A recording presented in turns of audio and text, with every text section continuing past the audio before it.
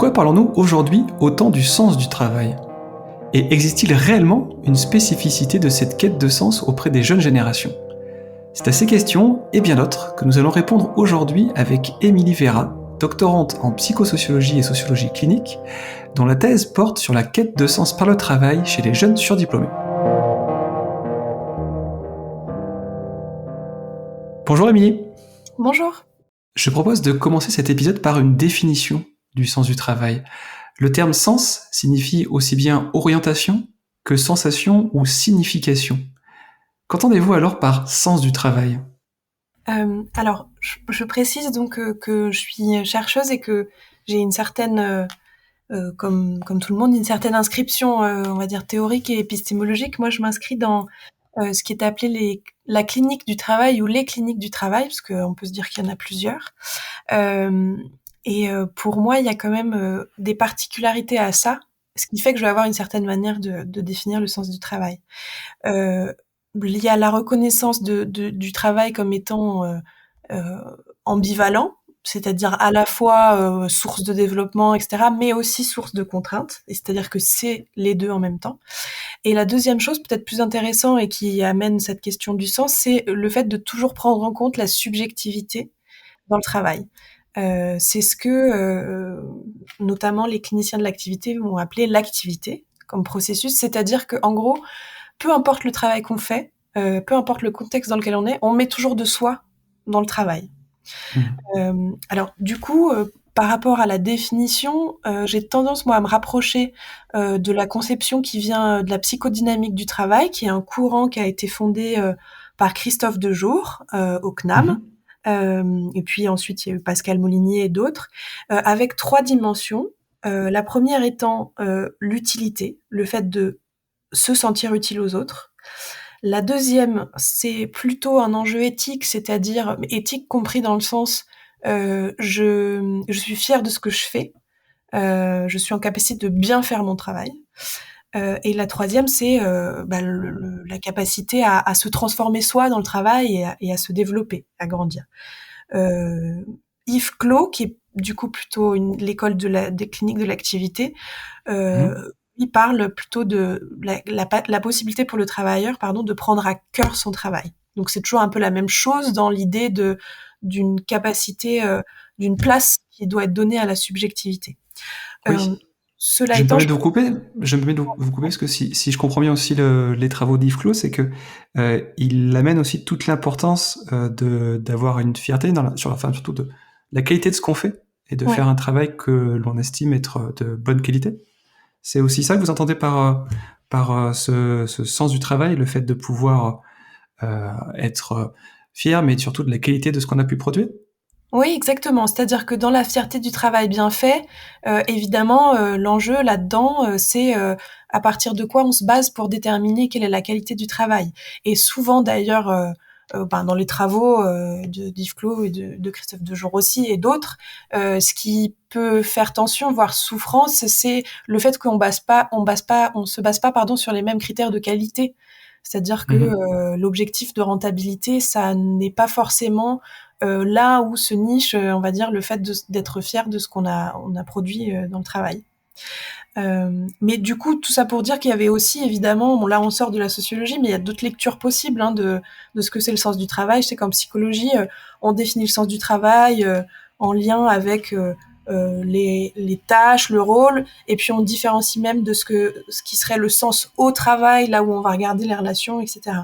Donc moi, personnellement, je m'intéresse pas tant à, on va dire, définir conceptuellement le sens du travail, même si, évidemment, je me situe, ce que je viens de faire, mais je m'intéresse plutôt à son traitement social, c'est-à-dire qu'est-ce qui fait que quelque chose d'aussi subjectif et un processus aussi invisible ait autant de succès, entre guillemets, et qu'est-ce que ça nous dit du monde du travail aujourd'hui.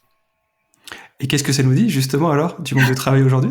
En tout cas, c'est-à-dire que l'idée, c'est de s'appuyer sur le contexte historique, socio-historique, puisque je situe quand même les choses en France, et de regarder ce qui s'est passé notamment dans les dernières décennies. Alors je vais aller vite et sans doute trop, mais en tout cas, pour comprendre ce qui se passe par rapport au sens du travail, il faut s'attarder sur le fait que les années 80 sont passées par là, avec le fait de faire apparaître la notion de compétence, d'engagement dans le travail. Donc, c'est-à-dire que on a, et quand je dis on, c'est un on global, c'est-à-dire que les employeurs comme les employés, c'était quelque chose qui était même plutôt désiré. On a individualisé les situations, les parcours, là où avant on avait une prédominance des logiques collectives. Années 80, années 90, là encore, c'est des longs processus, hein, mais c'est l'externalisation du travail, la fragmentation, c'est-à-dire qu'avant, là où on avait emploi à temps plein ou chômage, bon bah en fait il y a tout un tas de situations intermédiaires aussi. Et puis dans le discours managérial, pas forcément dans les pratiques d'ailleurs, ce qui pose un peu souci, c'est que dans le discours managérial, on a mis en valeur l'autonomie, la responsabilisation, le fait d'être acteur de son travail, de son parcours, de sa carrière, etc. Alors même que dans les pratiques d'organisation, tout ce qui était contrainte, contrôle, qu'on hérite du Fordisme, elles n'avaient pas vraiment disparu, elles avaient changé de forme. Et donc, en fait, déjà tous ces trois longs processus, ça montre bien qu'on est arrivé dans une période au tournant du siècle là, où il y avait quand même forcément des tensions entre les pratiques et les discours, entre les organisations du travail et les attentes des individus. Et c'est là que les discours, alors d'abord sur le plan académique, De Jour et Claude dont j'ai parlé, le concept évidemment de souffrance au travail qui a un succès énorme, c'est là que ces discours sur le sens du travail apparaissent, et mais ça sort de la sphère académique et la question se généralise. On va parler de perte de sens dans le travail, là où, bon, même si c'est là encore compliqué, en fait, on fait plutôt référence au fait de pas comprendre ou de plus comprendre ce qui guide l'action dans le travail. C'est quoi la logique organisationnelle, avec en toile de fond, évidemment, la mondialisation financière, les choix stratégiques qui changent, etc.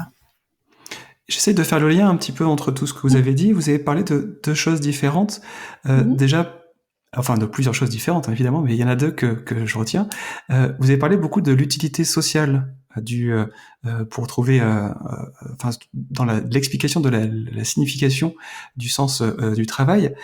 Et vous avez parlé aussi là de tout ce courant managérial misant sur l'autonomie. Est-ce que ça signifie que viser l'autonomie à tout prix, c'est aussi mettre à mal ce sens social et cette utilité sociale que peut avoir le travail? Pas forcément, c'est juste la problématique, c'est quand il y a quelque chose qui est aussi puissant, parce que positif d'ailleurs, c'est difficile d'être contre l'autonomie, de toute façon, c'est une valeur très importante. Mais la problématique, c'est que c'est quand les pratiques organisationnelles ne matchent pas tout à fait avec le discours managérial. C'est ça qui est problématique. Le fait de D'accord. vouloir gagner en autonomie, voire même de vouloir individualiser les parcours professionnels, en fait, c'est difficile d'être contre, parce que c'est un peu une force qui est profonde et ancienne. C'est l'individualisation de la société. C'est pas étonnant que ça arrive aussi dans le travail. Alors évidemment, après, on peut déplorer le fait que ça vienne rendre faible les actions collectives. Ça, c'est sûr. Mais du coup, en soi, c'est pas forcément problématique. Ce que je trouve problématique, et ce qui a été montré, c'est le fait que on parle d'autonomie autant, mais pour autant, voilà, le contrôle n'a pas disparu. Il a juste changé de forme. Ça, on D'accord. passe à l'autocontrôle. Voilà. Ok. Et donc on se retrouve dans une sorte de paradoxe Oui. où on invite à l'autonomie tout en l'empêchant. Mhm. Euh, Au-delà de ça, je voulais revenir sur le sujet de votre thèse, Mhm. qui est la quête de sens par le travail chez les jeunes surdiplômés. Qu'est-ce qui vous a amené à étudier spécifiquement cette catégorie de la population? Et est-ce que la quête de sens par le travail est différente selon l'éducation et la formation de chacun? Oui, alors c'est une question clé dans le début de ma recherche, et c'est normal qu'elle me soit posée à chaque fois. En effet, parce que moi, mon intérêt, c'est d'essayer de comprendre ce qui se passe derrière cette expression. Cela dit, et de pas tomber dans le piège qui est dans le discours courant et médiatique, que en effet, quand on tape quête de sens, c'est souvent accolé à jeunes ou accolé à jeunes diplômés, Mhm. comme si c'était exclusif. Non, puisque la définition que je retiens du sens du travail, elle est vraie pour tout le monde. Et c'est presque, à vrai dire, quelque chose qui est propre au sujet. Par contre, donc, excusez-moi, je refuse l'idée, en effet, que la quête de sens, c'est l'apanage de cette génération, comme si elle avait plus de valeur que celle d'avant, etc., etc. C'est pas ça. Mais par contre, ce qui, moi, m'intéresse, c'est que cette génération-là, et cette frange sociale, elle hérite de systèmes d'aspiration, mais aussi d'un contexte. C'est-à-dire que il y a en effet le constat que le travail n'est plus synonyme d'ascension sociale, en tout cas pas systématiquement, contrairement à ce qui a été vu chez la génération des parents et des grands-parents. On sait, parce que maintenant c'est une question presque publique, l'expérience du travail peut générer du mal-être. Et par ailleurs, si on prend la définition de la génération comme étant le fait de vivre des choses en commun, par exemple à 20 ans, ce qui est bien spécifique, c'est quand même la préoccupation écologique. Et la question derrière ça de la production, etc. Donc moi, c'est un choix que je fais de regarder cet objet, entre guillemets, chez cette population-là, à cause de aussi la promesse d'employabilité par les études supérieures. C'est-à-dire que le fait que de plus en plus de gens qui sortent des grandes écoles choisissent, par exemple, c'est une forme que je choisis de regarder, de rejoindre l'économie sociale et solidaire, ça vient quand même troubler une norme sociale qui est que quand on fait une grande école, par exemple une école de commerce, a priori, on va dans le privé. Alors, Mhm. c'est juste que c'est les chiffres qui nous le montrent, etc. Et puis, la finalité de l'école de commerce, c'est quand même de former des cadres privés. Et donc, ce qui m'intéresse, c'est vraiment cette promesse-là, le fameux fait de bonnes études pour réussir derrière, et donc la transmission d'un modèle de réussite. Et du coup, ma thèse, elle commençait comme ça, par cette énigme-là. Comment on peut comprendre le fait que de plus en plus de gens passant par ces grandes écoles, et notamment les écoles de commerce, cherchent dans l'économie sociale et solidaire un terrain professionnel, alors même que l'économie sociale et solidaire porte une alternative forte au système capitaliste financier. Alors, cela dit, je termine juste en disant que je ne dis pas que c'est nouveau, c'est-à-dire que il y a toujours eu dans toutes les générations des gens qui cherchaient l'alternative, hein, bien sûr. Par contre, ce qui est intéressant, c'est qu'il y a vraiment une forme d'alliance de la fibre sociale à l'économie. C'est-à-dire que les parcours, moi, que je regarde, ce sont pas des gens qui font rupture, qui changent complètement de métier ou qui changent de vie ou qui renoncent à énormément d'argent. Ils renoncent un peu. Mais donc, du coup, c'est vraiment le fait de trouver une forme de, de possibilité de réussite, mais autrement que celle transmise par les parents, par l'institution, etc. Et s'il renonce un peu s'il renonce un peu à un peu Mhm. d'argent, pardon, je vais réussir à formuler ma question, c'est pour trouver quoi exactement? Alors, ce qui est souvent dit et repris dans les discours, c'est l'importance des valeurs. Euh, donc, le fait de pouvoir se mettre au service, et je souligne l'expression, c'est-à-dire que c'est vraiment quelque chose presque instrumental d'une cause. Et donc, D'accord. la question de la finalité de l'organisation de l'institution est très importante. C'est-à-dire autre chose que le profit, quoi. Parce que la caractéristique, en effet, de l'économie sociale et solidaire, même si c'est un monde très hétérogène, c'est le fait d'avoir pas d'actionnaire, ou en tout cas un poids de l'actionnariat limité. Il y a aussi le fait de d'être sur un registre de transformation du monde. Alors, avec des ambitions limitées, hein, il n'y a pas non plus de voilà, mais en tout cas de chercher l'utilité sociale, qui est d'ailleurs une catégorie particulière.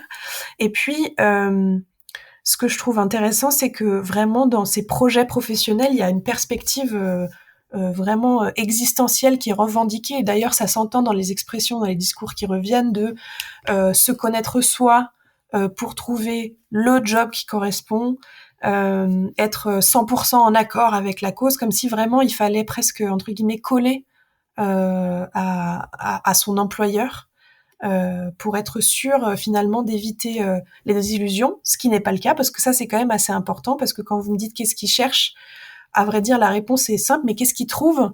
Il y a certes les valeurs, certes la question de l'utilité, mais il y a aussi le poids de la désillusion et la confrontation des valeurs au réel, même si ce sont des choses qui ont déjà été étudiées en sociologie, notamment sur l'économie sociale et solidaire et le monde associatif. Le monde associatif est pas du tout exemple de, on va dire, des logiques de transformation sur le monde du travail par rapport à l'intensité, par rapport aux logiques marchandes, etc. Oui, tout à fait. Et vous avez évoqué que cette quête de sens Mhm. par le travail n'est pas une spécificité des Oui. jeunes ou des surddiplômés. Mais moi, ça m'amène une question, c'est que est-ce que aujourd'hui, en fait, il y a dans le discours médiatique une importance assez forte, assez récurrente, apportée à cette notion de quête de sens par le travail? Et qu'est-ce qui, selon vous, explique l'importance que l'on accorde aujourd'hui à la recherche d'un sens au travail? En tout cas, c'est vrai que mon objet est un petit peu étrange dans la mesure où c'est en tout cas l'objet quête de sens, l'expression, je la prends au sérieux comme production de langage, production de discours. Parce que en fait, c'est une expression qui a l'air simple, mais tout le monde est d'accord pour dire que ça ne veut pas dire grand-chose. Et pour autant, ça a un poids de, comment dire, de justification de tout un tas de pratiques sociales, notamment de reconversion, de transition. Ça devient même un marché en fait, hein, un marché alors de biens non, mais plutôt un marché de services sur la facilitation des transitions professionnelles, au nom de l'impact, au nom du sens. Donc il y a une charge idéale, idéologique presque derrière ce discours-là. Et d'ailleurs, là où c'est un peu embêtant parfois, c'est que il y a pas d'études statistiques, en tout cas pas statut académique. Il y a des sondages, par contre. Le problème des sondages, c'est que voilà, le problème de l'échantillon, de la formulation des questions est un peu problématique. Mais la rhétorique est importante et beaucoup plus que, on pourrait se dire, l'importance réelle des gens concernés. Mais par contre, il y a une rhétorique qui va très bien parce que, je sais pas, j'imagine que vous en avez entendu parler si vous vous intéressez au travail. Cette rhétorique de quête de sens, elle va très bien avec la rhétorique de la grande démission.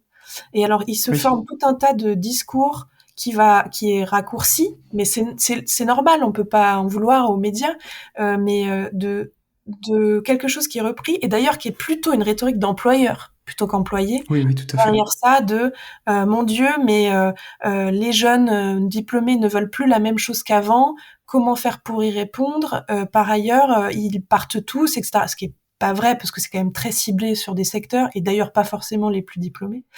Mais en tout cas, c'est plus par le discours qu'on voit le caractère grandissant de ce questionnement-là. Et donc, c'est plus les mouvements croissants dans la réorientation, le fait de, en effet, je l'ai dit, que ce soit devenu un marché de services, des programmes de bilan de compétences, de coaching. Il y en a pas beaucoup, mais il y en a. Et il y a certains faits d'actualité qui sont automatiquement interprétés comme étant des signes de ce phénomène. Je pense au manifeste pour un réveil écologique qui avait été signé par des étudiants en 2018 et qui cherchait notamment à jouer sur le rapport de force par rapport à l'employeur, sur le fait de dire voilà, on ne veut plus d'emplois destructeurs. Et bien sûr, le plus connu, c'est cette année les appels à la désertion à AgroParisTech et je crois à HEC aussi. Et donc à chaque Mhm. fois, ça concerne peut-être que 2, 3, 4 personnes, mais par contre, il y a une amplification Oui. très importante vis-à-vis du discours. Après Mais est-ce que sur ça signifie que, excusez-moi de vous couper, mais est-ce que ça signifie que ce phénomène est avant tout médiatique? euh, je pense pas. Je pense qu'il y a vraiment une charge importante, que ça justifie tout un tas de mouvements, de pratiques. Par contre, c'est juste que si, en tout cas, on s'intéresse à un fait social, pour moi, ça en est un. Mais par contre, l'idée, c'est de se dire qu'un fait social, bon, évidemment, l'idée, c'est de se dire, c'est suffisamment important pour que ça s'impose à nous. Et le fait social, là, en l'occurrence, il peut pas vraiment se mesurer en termes de statistiques, Oui. mais ça se mesure en termes, comment dire, de manière qualitative. C'est-à-dire de prendre au sérieux tout ce discours. Donc c'est pas pour le critiquer et de dire que il faudrait pas en parler autant, mais de dire bon bah si on en parle autant, c'est qu'il se passe quelque chose. D'accord. Euh, Après, on peut imaginer, bon là c'est une hypothèse que je fais, on peut imaginer que les médias en parlent autant parce que en fait les profils des journalistes correspondent aux profils directement ciblés, une Oui, certaine d'accord. génération et un niveau de diplôme. Je vous ai coupé tout à l'heure pour vous demander si l'emballement autour du sens du travail était avant tout médiatique ou s'il se traduisait par des actes. Je propose maintenant de revenir à ma question initiale. Qu'est-ce qui explique, selon vous, l'importance que l'on accorde aujourd'hui à la recherche d'un sens au travail? Alors oui, sur la question de l'importance accordée aujourd'hui à cette quête de sens, donc j'en ai parlé tout à l'heure par rapport au fait que les discours sur le sens du travail viennent aussi du contexte socio-historique, mais je me permets du coup de rajouter par rapport à cette question que cette production de discours, comme je disais, elle justifie des pratiques sociales et donc c'est presque une force d'action. C'est-à-dire que personne n'est d'accord sur ce que ça veut dire et en même temps ça permet de faire communauté et de parler du travail et de même d'être un motif de transition professionnelle voire de reconversion. Là-dessus, même si je suis au début de ma recherche, j'ai une hypothèse que j'aimerais continuer à travailler, c'est que pour moi, cette importance de quête de sens, elle s'explique, donc pas de manière unique, mais quand même, par l'émergence de deux faits sociaux, c'est-à-dire des choses qui s'imposent à nous et auxquelles on participe aussi. La première, c'est le fait que l'entreprise soit un acteur valorisé. Alors je m'explique. C'est l'entreprise d'abord privée classique et ça à nouveau ça peut se dater on va dire à partir des années 80 là où en fait l'entreprise est presque vue comme un on va dire un champ des possibles et presque d'ailleurs sur le registre de l'émancipation.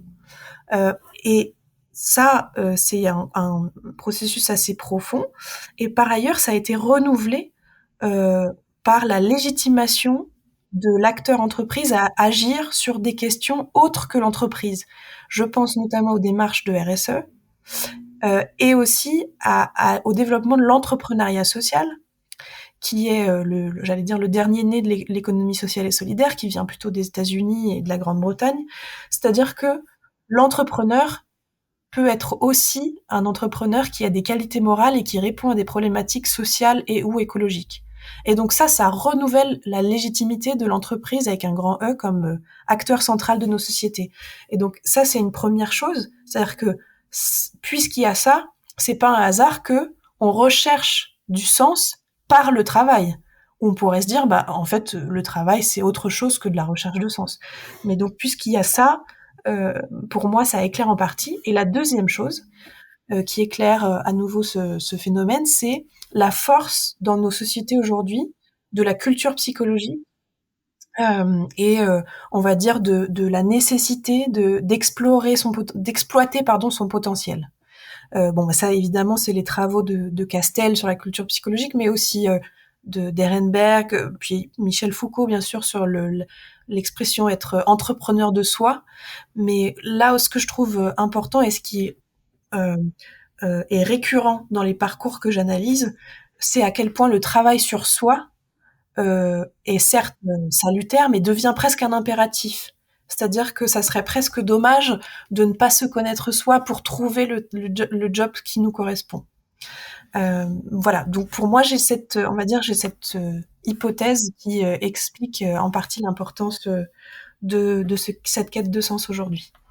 J'ai une dernière question concernant les emplois que l'on peut considérer comme dénués de sens. Si par exemple je trouve mon emploi dénué de sens, est-ce que c'est une fatalité pour moi ou est-ce que je peux réussir à construire le sens de mon travail? Alors, ça dépend. Enfin, pardon, je recommence. Euh, à partir du moment où on acte le fait que construire du sens c'est une affaire subjective, il peut toujours se construire et peu importe où l'on est. C'est pour ça d'ailleurs que j'ai j'ai fait le lien avec, je fais le lien avec la définition conceptuelle donnée au début, c'est-à-dire c'est l'attention au processus d'activité. Or, le processus d'activité, il existe, puisque je disais, c'est presque propre au sujet. Il existe dans n'importe quel métier, y compris par exemple dans le travail à la chaîne, où on pourrait se dire, c'est quelque chose de très mécanique, on met toujours quelque chose de soi dans le travail.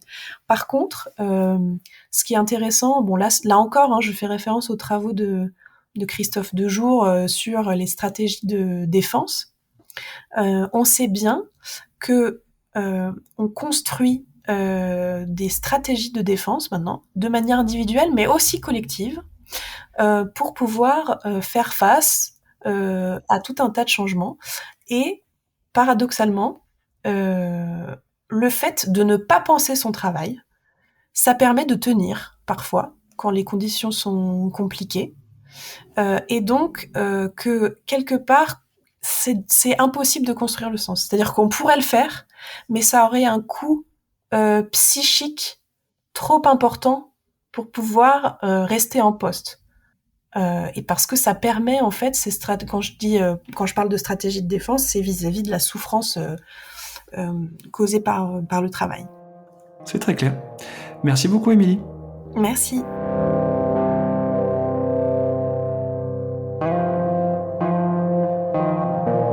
C'est sur ces mots que se termine notre épisode consacré à la quête du sens par le travail.